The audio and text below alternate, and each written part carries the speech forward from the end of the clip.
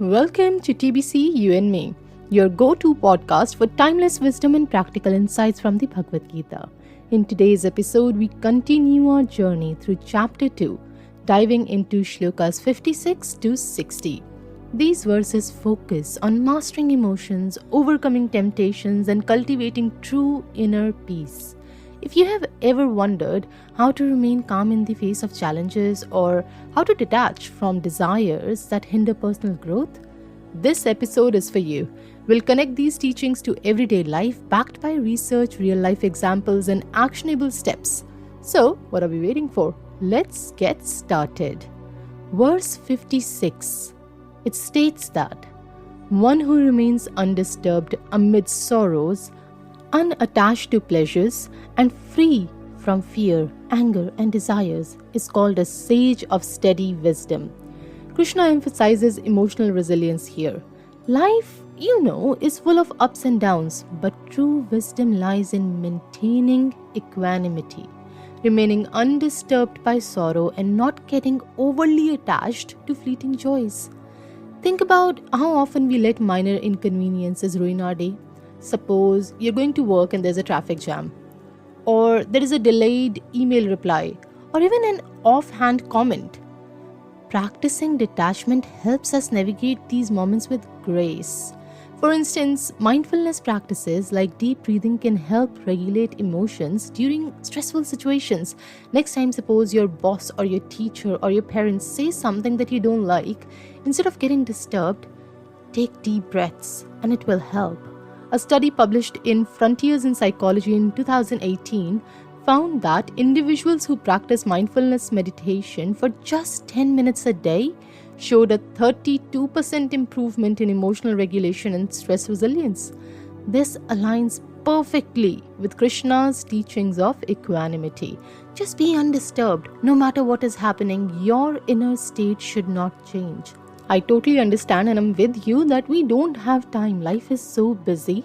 But what I do is when I'm traveling or when I'm going to office or when I'm dressing up, at that point of time, I try to focus on one thing. I try to make sure that my mind is focusing on one thing, or even I'm chanting Om Namah Shivaya or something like that, that keeps me focused.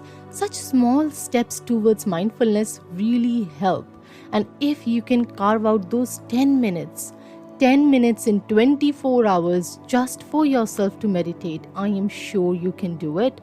It will help you tremendously. Verse 57. It states that one who is neither elated by good fortune nor dejected by misfortune is firmly established in wisdom.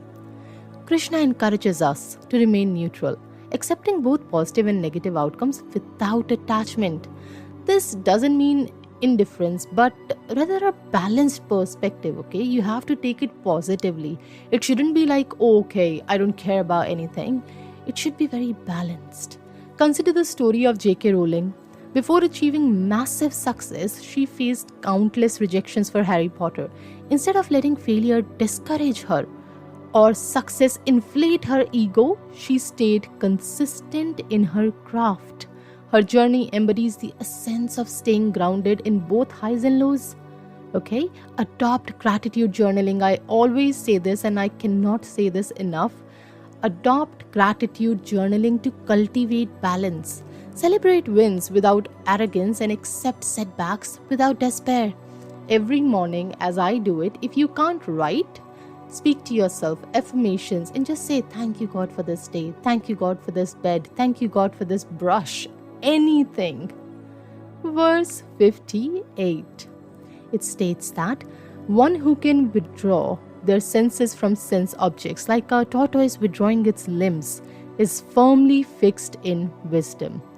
Krishna uses the metaphor of a tortoise to illustrate self-control. Just as a tortoise retreats into its shell for protection, we must learn to pull back from distractions and temptations to safeguard our inner peace.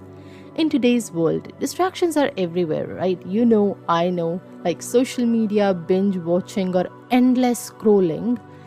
You'll be amazed to know that according to a report by Data Reporter in 2023, the average person, he spends 7 hours daily on digital devices.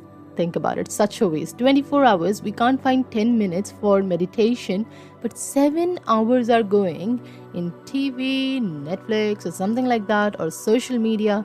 I don't say it's not good, but moderation is the key, right? Imagine reclaiming even half of that time for personal growth or mindfulness. Try the 20-minute rule, okay? Let's try this simple tip.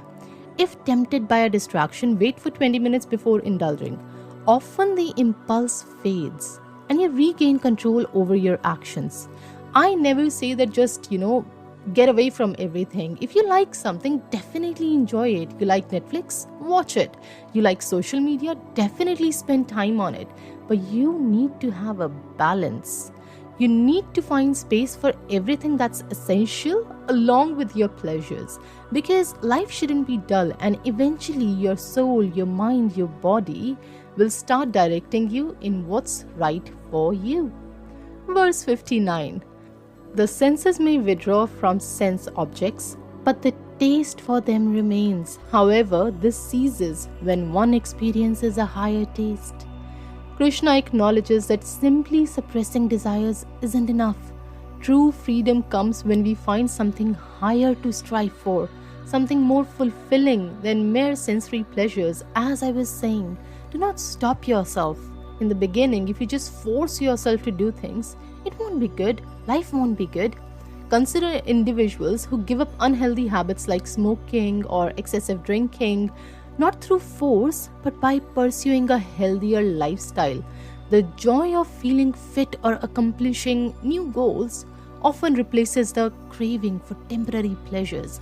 So don't force yourself. If you want to do something, do it. But it is you who have to make a decision that I will try to focus also on the options that are better for me. Everybody knows inside what's better, and they don't have to tell it to the world, it's just for themselves. Okay? Verse 60. The turbulent senses can forcibly carry away the mind, even of a person with discernment. Krishna reminds us of the relentless nature of our senses. Even the wisest can struggle with distractions and temptations. The key is vigilance and consistent effort in controlling them. Use habit stacking to maintain discipline. Okay, what is habit stacking? For example, pair meditation with your morning routine or replace social media scrolling with a book before bedtime. So I always used to be on the phone as well. Now what I do is I take a book with me wherever I go. I do enjoy my social media. I love it, but I read more. And then I try to find such things on social media as well. So I'm combining them. As Benjamin Franklin said, an ounce of prevention is worth a pound of cure. Keeping your senses in check prevents them from leading you astray. Simple as that. In today's episode, we uncovered the essence of mastering emotions, balancing desires, and staying grounded in wisdom. Krishna's teachings guide us not only to overcome distractions, but also to find a higher purpose in life. So, how will you apply these lessons in your life? Let us know your thoughts, and don't forget to tune in next week as we continue this enlightening journey through the Bhagavad Gita. Thank you for joining us on TBC You and Me. Until next time, stay mindful, stay balanced, and stay inspired. Jai Shri Krishna.